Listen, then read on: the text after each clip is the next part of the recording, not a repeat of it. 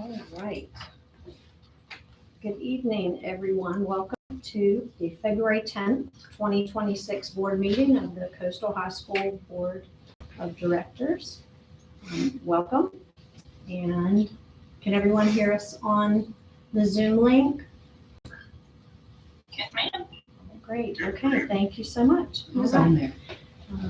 We have Nancy Poole, Sherry Oskin, Grant Ludeman, and then Janara Noel from Veris Finance. Suzanne. Okay, so welcome. For your compliance, note that the agenda was posted at least 24 hours in advance on the school building and on the website.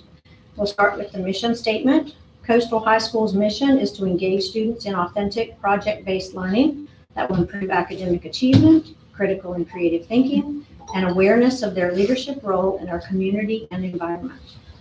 The board vision statement, the purpose of the board of Coastal High School is to ensure that the school is achieving the outcomes from which the school was chartered while operating within the parameters of the charter. All right. So welcome to everyone. Our first item on the agenda. Yes, someone asking to come in. Goodson. Oh, yes, Latanya. Okay, good. Yes. Thank you. Thank you, Clay. All right. The first item on the agenda is a motion and adopt the agenda, and I would like to make a motion to amend the agenda to include minutes from the December 2nd, 2025 special called meeting. I will make the motion. Is there a second? I'll second. Clay seconds. Here, any discussion? All in favor say aye. Aye. Any nays? Very good. The motion carries.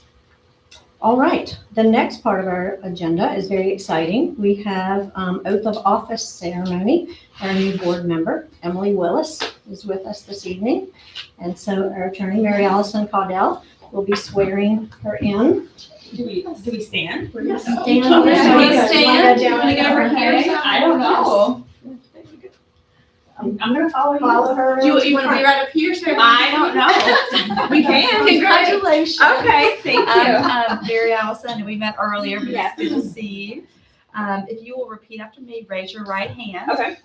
I do solemnly swear I do solemnly swear that I am duly qualified, that I am duly qualified, according to the Constitution according to the Constitution of this state, of this state, to exercise the duties of the office to exercise the duties of the office to which I have been elected, to which I have been elected, and that I will, and that I will, to the best of my to the ability, best of my ability, discharge the duties thereof, discharge the duties thereof, and preserve, and preserve, protect, protect, and defend and defend the Constitution the Constitution of this state of this state and the United States. and the United States. So help me God. So help me God. Congratulations. Okay. All right. Welcome to the team. Welcome. We're so happy to have you. All right. Very good. The next item on the agenda is the approval of minutes. We have the minutes for the November 18th, 2025 meeting. We have the minutes from the December 2nd special call meeting and amended minutes from July 29th, 2025. Those were available in the Dropbox, and we were given opportunity to review those. Thank you, Ms. Goodson, for uploading those minutes.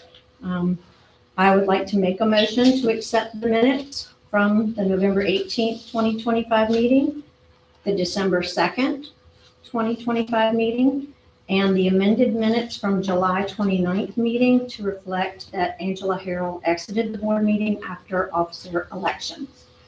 Is there a second? I'll second. Jill second. Is there any discussion? Okay.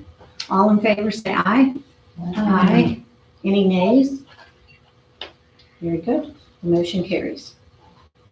All right. The next item on the agenda is the financial reports, and Janara, that is your arena. So we have our packets with the November financials and December. Okay. And I'll follow that. I believe I should have share screen access. So for those with actual tangible packets, if you could open your, this is kind of how I have it set up, if you can open your December packet Okay, to page 3 of 11, just because that gives me the balance sheet for both months. And then on the November packet, if you would actually start with page 6 of 11. So those will kind of be how I'm gonna try to kind of cover both months in tandem as opposed to going fully down one and fully down the other. I figured that might be an easier way to have the conversation okay. and cover both months. So if we want to start then, and I can give everybody a second to get there and while I figure out how to share my screen. For those of us The online. second packet is the December one. This is really there. Okay. Thank you, Jackie, for printing all these up.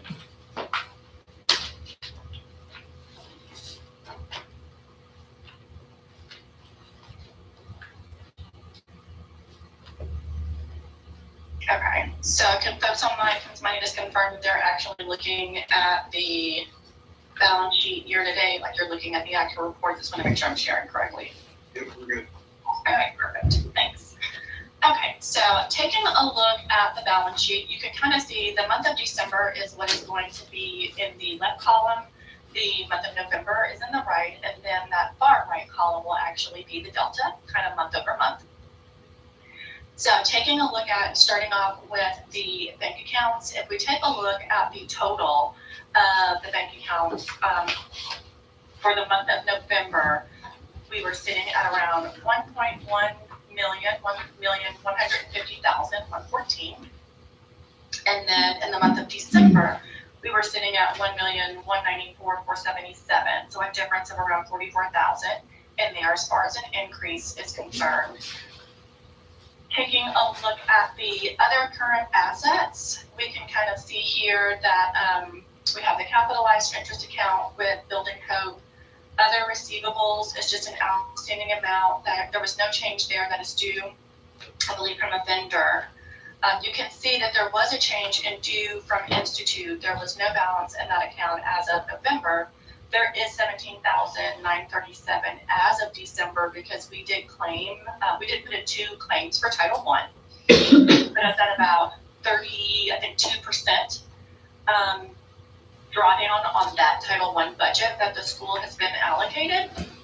But that is what those claims are. So those claims were inputted in there to be received from the Institute. So that's when you can kind of see that change month over month. Due from Square went down in November. It was around $2,300, almost $2,400. And then it was 0 for the month of December. Prepaids, November and December are both sitting at a little over 56,000. There was a nominal change there, and those are usually where we run things like prepaid insurance and things of that nature through, and we recognize it on a monthly basis. So the subtotal for all the current assets in the month of November is set at around 1.3 million, and then was sitting at around in December 1.4 million, for a difference of around a $60,000 change increase in current assets month over month. There are no change in the months of November or December as it relates to fixed assets or security deposits and other assets. So total assets for the month of November was at 14,546,839, and then total assets for the month of December was at 14,606,795. Going down into our liability section, taking a look at all of our current liabilities, and those are things like accounts payable, the credit card, any type of deferrals or accruals, retirement remittances are all kind of what live in this category. So we can see that in the month of November, the accounts payable is around $6,000, and that was around, and then it was close to around 1,700 in the month of December. And a lot of times with the accounts payable balance, that's usually just ends up being a difference on timing on when the bills come in versus, when we get them paid out, because we do go in there every day to try to go in there and release bills. So sometimes the timing on the monthly cutoff is really the main kind of reason for any type of significant difference there. There weren't any real significant differences in any of the other liability accounts. Retirement, we got some other, there were some around 4,000 in retirement liabilities that permitted around 2,300 of that. December, as it relates to December payrolls, have around 1,700 still outstanding. But ultimately, overall, current liabilities for the month of November was around 215,000, and the liabilities were around 2,400 less in the month of December at 212,000.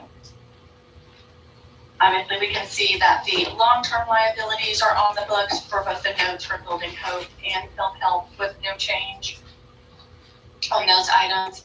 And so we will take a look at, and we'll get into some of the P&L pieces, but we can see in looking at net assets, the net income for November in total year-to-date was 269,177. Year-to-date net income through December was 331,560. A little bit of a tongue twister there. So, so for total net assets, you're looking at 1.6 million November, 1.7.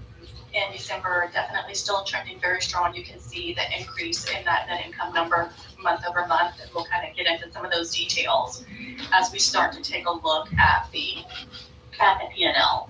So for those of us who are following along, I'm actually flipping over to the November reports, to that page 6 of 11, just to kind of take a look at, you can kind of see mention like the net income for the month of November was at 58,000, and then it was the year-to-date total that we kind of saw referenced on the balance sheet.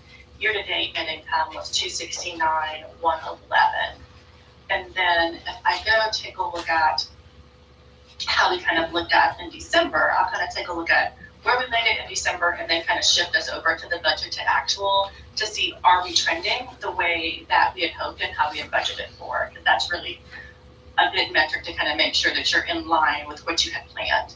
So looking at the month of December, we can see that the net income for that month was 62,383, bringing us to that 331,560 year-to-date net income number that was also referenced on that balance sheet. But where the analysis really kind of comes into play, and I'm going to flip down to the, what page is this? Page 10 of 11 on December. So by the time we get to December, we are halfway through the year. So that halfway through the year really puts us at about that 50% mark when we're trying to take a look at how are we doing versus what we expected. So just kind of taking a look at it from the revenue kind of standpoint first, that local revenue is far exceeding where it was originally budgeted. It was originally budgeted at local funding of around 92,000. We are at 158% of that. Local funding actuals are 145,211. We can see we're right on target for base funding. You can see there on the budget, there's around a budget of 3.6 million. We are currently sitting at 1.671. We can take a look at when we get the January reports. A lot of times they will possibly do funding updates on how the school gets funded, usually around January, February, because that is when they get the final 45-day count numbers. So we'll probably still see a shift continue to go in the right direction as far as base funding when we get into January, February timeframe. Taking a look at the state funding in total, we can see that for items like the National Board Certification, teacher supply funds, and refurbishment of science kits, like we have a total budget of around 27,000, and we're at 68% of the year's budget through that. And some of those are really just kind of based on timing. Teacher supply funds really only kind of come in twice a year, so like all of that really gets front loaded because that's a pass through for teachers at the beginning of the year. We're right on track at around 50% for the National Board Certified. That does get funded monthly. Refurbishment of science kits is also just kind of like a one and done on the year. So some of those really kind of get driven more so on timing as to how we're so accelerated from the budget on the state revenue pieces. Taking a look at our federal funding, I kind of mentioned that when we were looking at the balance sheet on the pieces that were due from district, you can see component there, Title I. For the claims that were put in, we're at about 32% of what's been allocated to the school for Title I, and that was through the month of December. Obviously, we've been getting a lot of these claims kind of processed in the January, February timeframe. So you definitely want to kind of continue to see those numbers trend upward to make sure that we're able to fully draw down on those funds. And you can see we have had some IDEA claims as well at around 9% of what is budgeted and allocated to the school for IDEA. So if we take a look at our total revenue, the budget for the total revenue for all of those buckets sit at around 3.8 million, and right now we're about 1.8, so 48%, so right there on that cusp of that 50% marker. So we are right on track as far as taking a look at, well, how are we doing with revenue? Revenue is right where we would expect it to be, so that is great news. And so then if we go take a look down and start looking into the expenditures and making sure that, you know, we're in alignment budget-wise on expenditures, you can kind of see there's instructional as well as support, salary and fringe, and that's all the benefits, taxes, retirement. Looking at the total on the budget for all personnel, that sits at a little over 2 million. We're right at 51% of that budget, so we're right where we're supposed to be. And year to date through December, sitting at around 1,034,000. Going down into our contracted services grouping, and that's a little weird because it the total kind of comes in down here. So you can kind of see the individual buckets, but you can see for things like whether they be instructional services or special education services, support, or any type of professional development, that those categories kind of have a budget in total of around 384,000. We're only at about 30% of the way through the budget through that, so we're coming in under budget for any of the contracted services. It looks like probably the lowest kind of category there is probably going to be due to timing, professional development, travel. I'm pretty sure Sherry probably has things planned, they just haven't occurred yet. So the budget is there for when those actual, those trainings and that professional development actually happens. Going down and taking a look at supplies, we have a total budget on whether they be instructional, STEM, or support supplies of around 170,000. We are at 40% of the way through the budget there at 67,597. Coming in under on instructional supplies and sped supplies, but we're a little bit accelerated at 61% on support supplies. At that budget's 47.5. And so right now we're sitting at around 28,000, but I mean, that could definitely just be a function of timing and demand on when those things are necessary. Taking a look at facilities, we have utilities at around 34% of the budget, and that's the electric, water, telephone. That budget is currently sitting at around 102, and we're at 34,000 on that budget. There is some capital outlay here, like those items probably should be on the balance sheet. So we probably will need to, because we should be keeping you guys on government-wide. So those facility capital assets should probably have been a change, right, that you saw in fixed assets. So that 107 is probably skewing that subtotal for facilities, just because those are all going to be some of your capital outlay fixed asset types items. We can see that facility repairs and maintenance has a budget of around 121,000. We're at about 24% of the way through the budget there. And then taking a look at just operational expenditures, that budget is sitting at around 61,000, and we're at 37,100 there. So we're showing that we're at 73% of the way through the budget, because that budget is 284. But really, we probably, if we take out, was that 107 there, then we're actually sitting at around 101,000. So probably coming in actually at under that 50% marker once we get those items moved. We do have a couple of other expenses. We're only at about 4% of the budget through there. Now, one item a big ticket item that's sitting in other expenses is going to be likely the interest expense. It's collapsed on here. because interest expense payments, there are interest only payments that are supposed to kick in November for, I believe, might be Building Hope, I don't want to misspeak, but I know for one of the lenders, there was interest only payments that need to start being remitted. So you'll see that kind of get caught up, I believe, with January. So you'll start to see that kind of be in better alignment because they're definitely, 4% is a little low. So like if we're wondering like, well, what's happening here? Are we missing expenses? It's going to be the interest piece that you'll see kind of get caught up in January. There's 10,000 in Ask Client expenses in December on some things that we just needed to get coding clarity on. So if we're not quite sure or we're coordinating with the school on where these things need to go because we don't want to put them in a bucket that they don't belong. That's kind of our placeholder account for that. And so then if we take a look at pupil-related activities, that has a total budget of around 62,000. We're right on target there at around 48%. For a total, the actuals actually total amount to 29,766. And so then if we take a look at total expenditures, we are at 45% of the way through the budget on total expenditures. We have 3.3 million budgeted for expenditures and we're at about 1.5. So we can see that year to date, our actuals are at a $331,000 surplus and we have a $485,000 surplus budgeted. So we're actually a little bit ahead of schedule there at the 68%, but I do expect that to kind of balance out once that interest gets reflected on the P&L. And I will pause here for questions.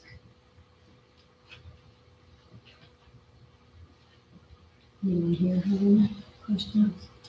Anyone online have questions? No, I'm good. No.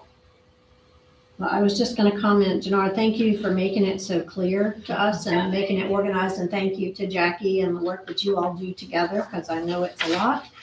And the numbers look great, which is what we wanted and where we wanted to be in the new facility. So it's very encouraging and exciting. All right. Yeah, Anyone- no problem. I know it's appreciate everybody's patience. I know we had to go and kind of figure out a way to hybrid 2 months in here. Yes. We had the holidays. Yes. So I think we all kind of navigated it. But if there are any questions that kind of come up after the fact, definitely feel free to have Jackie reach out. I'm happy to answer any questions. Will do. All right, well, thank you again for your time, and if no one has questions, then we'll look forward to seeing you at our next meeting. All right, see you guys next month. Thank you so much. Good night. Good night. All right. The next item on the agenda is board business. We have the South Carolina Public Charter School District board approval for transfer. That meeting was held in January. Latanya Goodson was able to attend with me and Sherry, and we had a great welcome at their board meeting. They were very welcoming. The information slide deck has been sent to you via email and in the Dropbox, so you can look through that and have access to everyone that works with the Public Charter School District. We will be attending a February 17th meeting with leaders, and they will be offering board trainings, some information they wanted me to share with the board as well. And they will be sending emails that will forward to the entire board. Meanwhile, Limestone Charter Association is our current authorizer, still working hard on their behalf. Sherry and her team are actually in Denver for a conference on Title I funding, and Limestone was able to make that happen for them, so we're very grateful for that. And Sherry will speak a little bit to that when we get to the principal's report. They are working with guidance on dispersion of funds for Title I, et cetera. Those are things that Jackie stays on top with Veris for us, and so I'm sure we'll hear more through the next few months. And we're grateful for the continued support through the transition with Limestone. All right, the next item is project update. And Jackie, you can jump in if you feel that I'm missing any important details. There's so much excitement going on. The new sign, if you look in your packet, The new signs are in fabrication. So you can see there's a picture on the back of that one from Skyline Signage. So the picture down at the bottom is the frames for the letters that will go on the front of the school that matches the design. And then the top picture is the framing for the digital sign, correct? That's going to go out on the road. Jackie, do we have a date or a rough estimate of when? So all the bits and pieces are currently at Skyline. They have everything they need to do. So right now they're just retrofitting the screen to that aluminum piece, and then Yes. by the end of the month. Oh, so end of February, okay, yay. So last little bit of things, winding down. I know someone was here today working on the roof, and they're working on the punch list, as you would call it, anyone that's bought a home, but all the little things to check, and they will be with us, Val will be with us for a year, making sure that everything is as it should be, and we're grateful for that as well. The next item under board business is the board meetings schedule. We have, we're very fortunate to have the services of Turner Caudell, and Mary Allison Caudell is here with us. We are talking about having regular, like mini board trainings at our meetings, and have been talking about how it might also be helpful to have the meetings moved up to maybe the first Tuesday or the second Tuesday of the month. So that's something that I wanted to bring up and see how the board felt about that, and what you all might want to consider. We had started with the first of the month, which was last week, and of course we had the ice storm. So any discussion on that and any thoughts on that from anyone? Does anyone have a preference? Nancy? I have committed to another large board position, and the first Tuesday of the month, so then I probably start at 5. I probably could get on this in my car, 2:30, but Right. And you said the first Tuesday, Nancy? Okay, here, if I didn't get conflict with this board, I took that position. okay, right. So would your vote be for the second Tuesday of the month? That would be my vote. Okay. Does anyone else have a preference either way? I have no preference either as well. Okay. I'm not sure if Latanya can hear us, or Grant. Grant, do you or Latanya have a preference? I have no preference. No preference. Okay, Which I don't have. okay. Well, if we're good with that, is everyone fine that we can move it to the second Tuesday of the month, and we'll have the financials presented? Okay. We will note that also for future meetings starting with March. So it would be the second Tuesday, which would be March 10th. Okay. All right, very good. The next item on the agenda is the 2026-2027 school calendar, the first reading. There is a copy of that in the packet. And then for those of you who are joining us virtually, that is available in the Dropbox and I believe on email as well today. So if you're on your phone and can access email, you're welcome to find it there.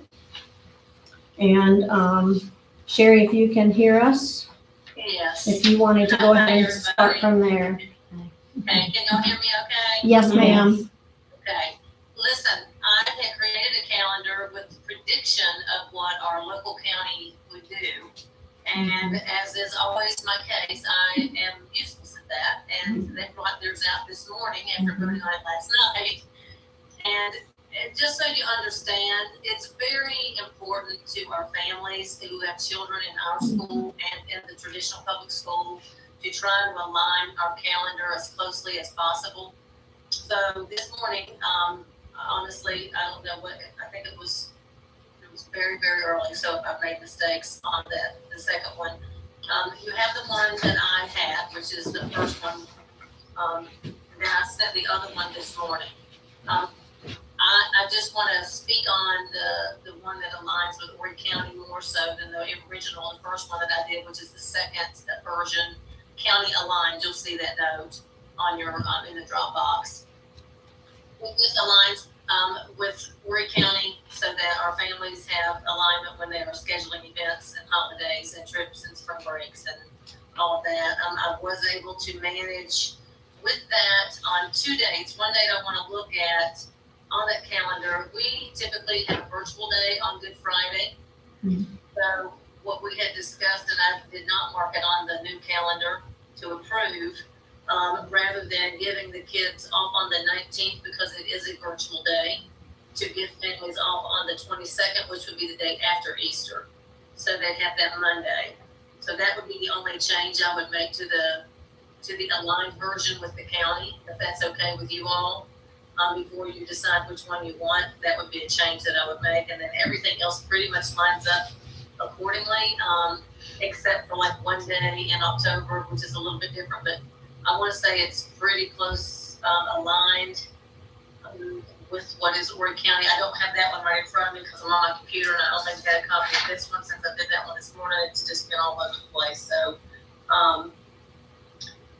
my vote would be for the kids and families that we serve to go with the one closely aligned with Horry County. I can completely refine that for you all if the need be, but the only thing I think I would change would be that day in March around Easter. Can I ask a question? Especially since it's our first year here. Do we ever put out like 2 different calendars and let parents like look at them and vote? Is that a thing? No? Okay. Just wondering. But, yeah. Emily, in most cases, parents want the aligned calendar because let's say they have a child in, in an Horry County school and with us. Mm-hmm. And we pretty much have always kept our holidays the same. Gotcha. So that we don't have to, it's just hard on families to be Yeah. able to do things. No, I get it. I was just wondering. Yeah, no, it's a great Yeah, question. And we could do a calendar where we started early, but because of enrollment and students needing to perhaps switch after first semester, Mm-hmm. it's really better to have it more aligned so they're not missing 2 weeks of one school and 2 weeks of our Yeah. school. And, Yeah, no, it makes sense. okay. Okay, and Sherry, I'm not sure which one we have, so, That's the new one. I Do think we- Jackie made you all a copy of Yes, this. it's- yes, Second. Today, so you can see both of them, but, yes. It just has the dates, it doesn't say when Easter is or any of that, so, we're just doing a reading, correct? Do we need to approve this one today? I think we do because they're asking me, if it's okay with you all, if you don't feel comfortable doing it, we'll put it off till March, but the district is just requesting that I turn this in. But if you prefer to wait till March, we'll wait till March. Oh, no, it's fine. I just am gonna ask some questions then. So I'm Okay. trying to make sense of what the highlighted parts are. It looks like spring break is in April, but I hear you saying something about March, so I was trying to connect the dots for the On disconnect. Okay, on the one that is aligned with our local district, Right, they have March the 19th off. And then they have Easter, and then they return to school on the 22nd. What we've done is give the 22nd, what I want to change on the one you see, is to give them the 22nd off. And Okay. we're already virtual on the 19th. okay, what I'm asking you is what day is Easter? We don't have Easter as Easter is, on the right side. Is it in March this year? Easter is the 21st of March. Easter is the 21st of March, okay. That helps. So Good Friday is the 19th, and then Horry County has off that Monday, the 22nd? They that do correct? not, but since they have off on the 19th, but since we're already virtual on that day, I see what you're saying, okay. we were just trying to give the kids, Yes, that makes sense, okay. And so the 26th was also highlighted of March, which is a Friday. That's good to For the 2020 20, For 2027, March 28th is Easter Sunday. What? Oh, so we're off by a week. Okay. by with y'all. Yeah. I apologize.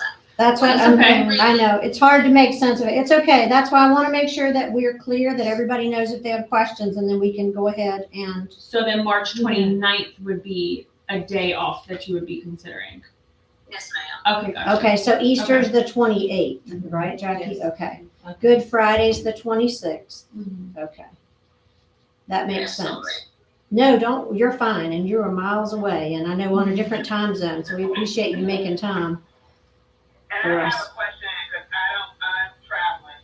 Okay, So is the spring break the week after Easter or the week before It's Easter? 2 weeks Neither. after. Neither. On Oh. the proposed weeks one, after. Latanya, it would be on the 12th through the, 16. So to the 16th of 16th. April. So Latanya, what it looks like is there would be a 4-day weekend in March around around Easter. And then they would go to school 2 weeks and then have spring break in mid-April. Okay, thank you. Yes, yes.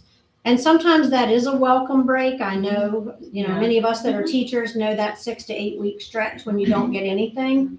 And so, having like the 3 and 4 day weekends in January, February just gives everybody just a little break. And so by having that in March around Easter, that gives people the weekend and then a vacation in April as well.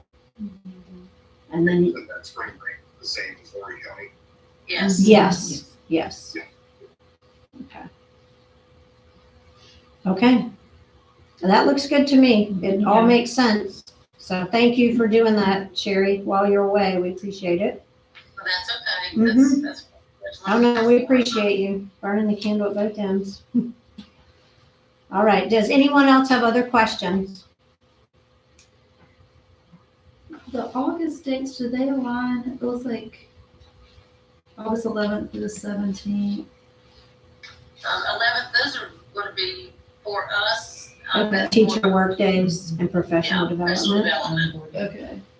And the 14th is senior kickoff. And I know we've talked about that a little bit, just to have them come in a day before everybody gets here to celebrate the seniors and let them start their year off together. It's more just So we a, take on senior pictures. yes, do all of Do those a party, things. do a beach party for them that day, let them paint their parking spots, just have a big senior Yeah. kickoff. Yeah, it sounds really fun. Yeah.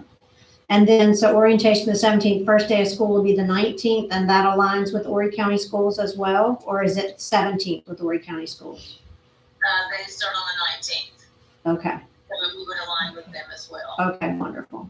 Okay, Just FYI, there's a spelling thing on here yes, before we put it out. yes. So Oh, yeah, that's not the final copy. I know. I was like, I know you said you made it last second. So I'm just like, I just want to make sure. Yeah, it says, yeah, we need first day of Hey, school. Emily, just, if you would, please just mark that though. I will. Yes. I Yes, don't have it in front of me. yes. It's Yeah. good. Okay, wonderful. Yes, and it might help. If you all would like some extra time to look at it, I'm fine with that. I can redo it, we can represent on the 10th. February 15th is President's Day. So you have like MLK Day listed twice, but February 15th is President's Day. Yeah, just circle anything you see. It was 4 o'clock in the morning when I was doing. Oh, I know. Yes. I'm the type of person, if I don't do it, then I'd forget. And I don't know if you're the same way. Yes, So please just mark anything you see Yes, and I'll yes. fix it. Yep, Okay. and then just add that about the Good Friday and Easter Yeah. I'll on there fix for that weekend, so. Okay, great, I think it looks great. Do we have a motion to accept the 2026-2027 Coastal High School annual academic calendar? Anybody I'll want to make make a that? motion. Clay makes the motion. I'll second it. Okay, so Clay and Nancy, is there any discussion? Very good. All in favor, say aye. Aye. Any nays? No nays. Let the record show that the motion carried. Unanimous.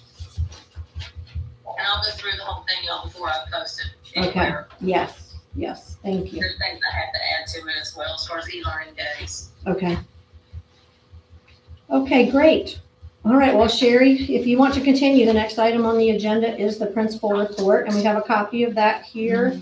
And it Okay. is also in the Dropbox as well for those of us who are, Yeah, and if you have any questions, Tori, I know this, please please stop me and ask. And Emily, if there's ever a time, or any board member, if there's any time that y'all have questions about anything, you are welcome to come to the school, sit down with me, sit down with Jackie, talk through finances or what we're doing or who we are at any time. You just let us know, and you're always welcome. Okay. Right this minute, our enrollment is 270, but since I made this report, I believe we've added a few additional students to that. I think Annie was actually trying to, again, double team and put in kids today that decided from Saturday that they're wanting to attend. Oh, wow. So we added 2 new kids today, so we're around 272, maybe a little more than that. We still remain right at about 66 exceptional learners, with that being about 23.4%. Students with 504s were right at 43%, so we still continue to have a high number, which is why we're here at this conference, to learn how to better serve our students. We have 150 applications as of the time I made this report. We have not done a lottery in February as yet, but we will do that at the end of the month. Sherry, can I ask a question about that? How many of those applications have accepted for next year? I want to say, Annie has told me right at 70 Okay. have completely finished the applications. So we're trending very well on our registration right now. Our goal is to have around the 350 to 360, 70 mark next year. We're figuring, we're planning that's what we'll be able to maintain with growth, because you can't just grow 300 kids overnight. So that's kind of where we're trending right now. So things are looking really good. We're just continuing to do our meetings and having kids come in at different times, allowing families to come at different times. So campus safety, we did have SWAT come onto campus and meet with our entire faculty to do a school safety speak with us, to talk about security, ways that we can make sure things are safer, things that we should do. That was very informative. We also have a training, I believe, in March online with the State Department that some of us are going to attend to, again, on school safety and campus safety. While we feel incredibly safer where we are right now, you just never can be prepared enough for threats. So we're going to continue with that. Academic results and progress, our school events community and staff engagement, PBL updates. We just finished up the Fashion, Food, and Art and Entrepreneur Night. Another PBL that we had monthly is Open Mic Night. Miss Thompson is back. We'd like to welcome her back. Yes. She'll have that coming up around the 20th. I want to say it's the last Monday of the month. We're back at Open Mic Nights. Our podcasting club, CJS Podcast Staff, has built a national audience on Spotify with insightful interviews and interesting entertaining programs involved with 25 the podcast staff interviewed TikTok, Instagram, and YouTube international drug celebrity Dorothea Taylor. Additionally, this podcast staff interviewed NASA rocket scientist and author of Investigating Life in the Universe, who is also Mr. Walker's brother. Not just local outreach, but some national outreach with our podcast students. Our events that we've held thus far, we've had the Winter Dance, Freedom Shrine dedication, our alumni drop-in, where we had so many kids come that have been to our school before. We've never done an alumni night, so we hope to continue that and have another one in the summertime to continue to welcome back our previous graduates. We did, of course, we've got our ribbon cutting spirit night. This is just to recap a few things.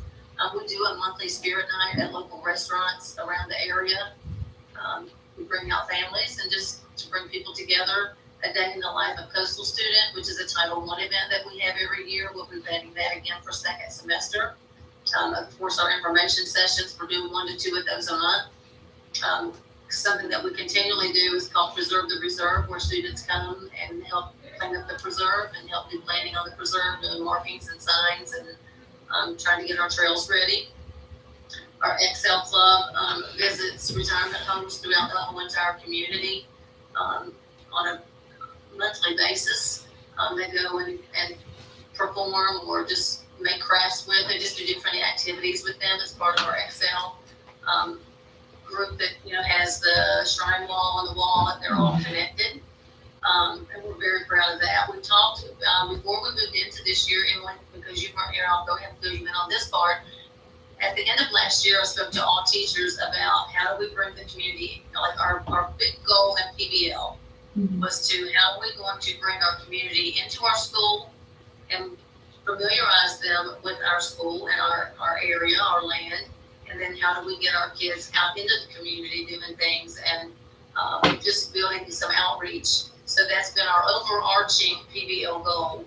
And we're planning for the summer, spring-ish time to have a big, what some schools call a spring fling, but a big community event where we have a lot of things going on to bring not just the people that attend our school, but all types of different community members into the school to teach them about our school and let them, we want people to enjoy the land in a safe manner. So we booked them that. We also have an archery meet, I believe, around the end of this month as well, which is more of an state qualifier meets. So at the last archery meet, our students placed third. So we're very proud of our archery team. Basketball is finishing up this week. They do have senior night. I want to say it's on Thursday. Don't quote me on that. We do have our calendar. We can share that with you, but I believe it's on Thursday. We had to move some dates because of the weather. Facility and operations, we've just received the last little bit of our furniture. So as you can see, there's additional tables in the room that you guys are in, so that we can seat 24 students if we need to, and some extra chairs. And then everybody's, all the other teachers have, like now, they all got their matching chairs and their matching tables, so we're looking very much more. Every classroom's As well with our yearbook staff. They've received Johnson's Excellence in Yearbook National Awards, gold and silver 3 years in a row against some very tough competition. We're one of 2 area schools to earn the award in 2025 for our previous yearbook, and the other one was Scholars Academy in Myrtle Beach. So we're very proud of our yearbook staff and our podcasting staff, which again is led by Mr. Walker and his team of students. Some other celebrations this month, we did our semester awards. So we had 4.0 honor roll. We had 39 students on the 4.0. We had 67 students on the 3.0, 3.5. And we had 4 additional students on the AV honor roll. Our perfect attendance, we had 6 students. Upcoming events, we do have the Leadership Summit, which I think I made a copy for you all. If you would like to attend this, please let me know as soon as possible. We'll get you registered. A Leadership Summit is a one-day event or a kind of like an evening, if you so choose, and a day of working with the South Carolina Charter School Alliance. They operate separate of our authorizers.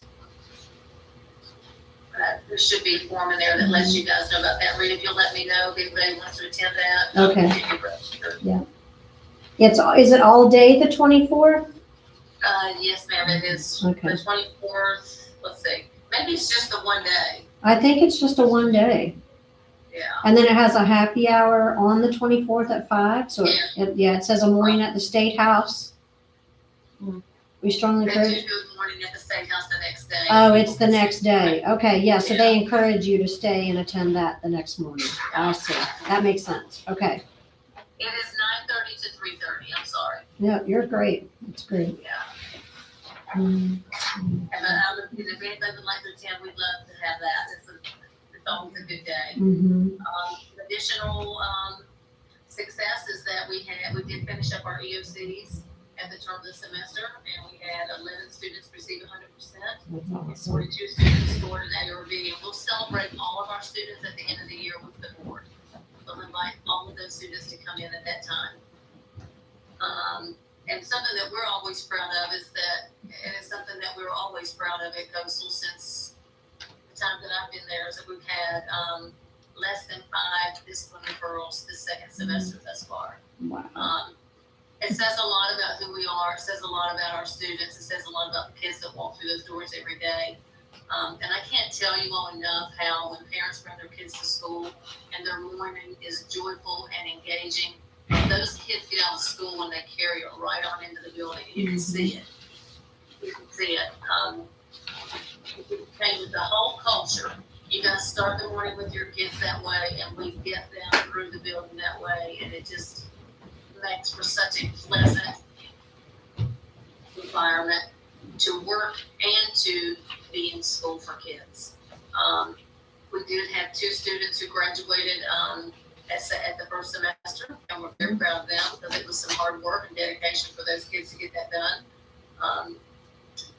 One was CJ Matthews, and the other was Jalik. And as soon as I say his name, I can't remember his last name. Jalik. He only spent 1 semester with us, but we'll celebrate them as well at our next board meeting if we can get them to come. They're kind of quiet, they're little shy guys, but we'll see if we can't get them to come and we can celebrate them. We haven't gotten their diplomas yet, which is why I didn't invite them tonight. And the second semester, we had about 11 new students. So things are going good. We're very happy, and the reason we were very fortunate to come to this Title I national conference here in Denver.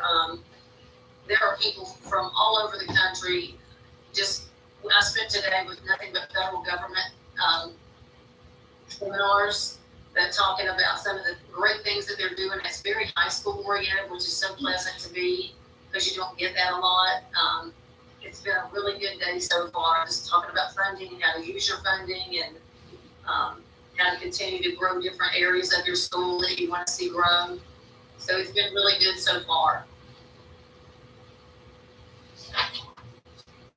Also, we added 3 new teachers this semester. I have Mr. O, who is a South Carolina certified dance teacher, who is teaching dance part-time, and he is amazing. His girls will be performing at the ball game on Thursday. They are already ready. He's amazing. He's amazing. We have Justin Luziato, who is a new PE teacher, and Courtney Krampowski, who is a special ed teacher. So we're thrilled to welcome them to our staff as well. Great things happening. We're looking forward to making new plans and getting things ready for the next year's senior. So we always start every month thinking about how we're going to do it next year.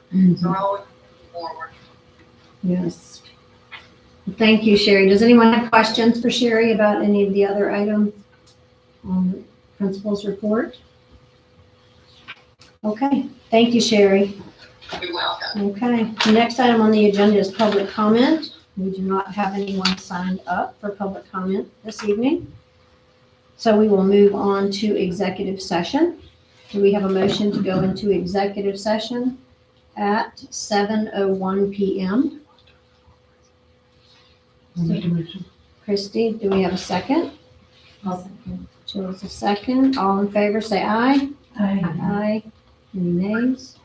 Very good. Okay. Thank you, thank you. We will now move into executive session.